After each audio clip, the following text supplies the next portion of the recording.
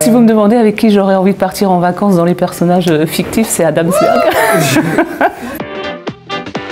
Les fleurs du mal.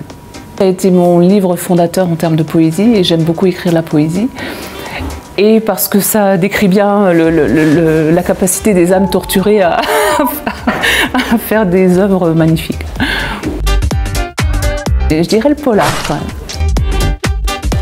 Fred Vargas. Résilience. Gentillesse. Il a tendance à être un peu dévoyé. Quand on dit de quelqu'un qu'il est gentil, c'est un petit peu péjoratif, alors que je trouve ce mot tellement, enfin cette valeur tellement importante. Donc la gentillesse. Les Astérix, parce que je les ai lus, relus, et aujourd'hui mon fils de 26 ans, quand il petit déjeune chez nous, il sort un Astérix et il dit soit Astérix en petit déjeunant, donc ça a vraiment une saveur particulière. Le point d'exclamation.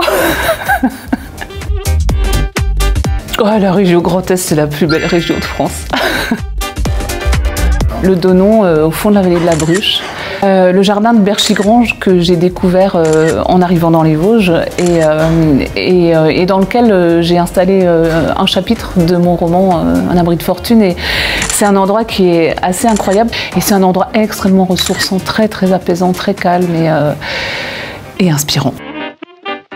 L'écureuil, parce qu'il est un petit peu... c'est un animal sauvage et puis très beau, très gracile et un peu fragile. Et puis un peu furtif comme ça. Je vais dire un vélo, parce que pour avancer, il faut pédaler, sinon on tombe.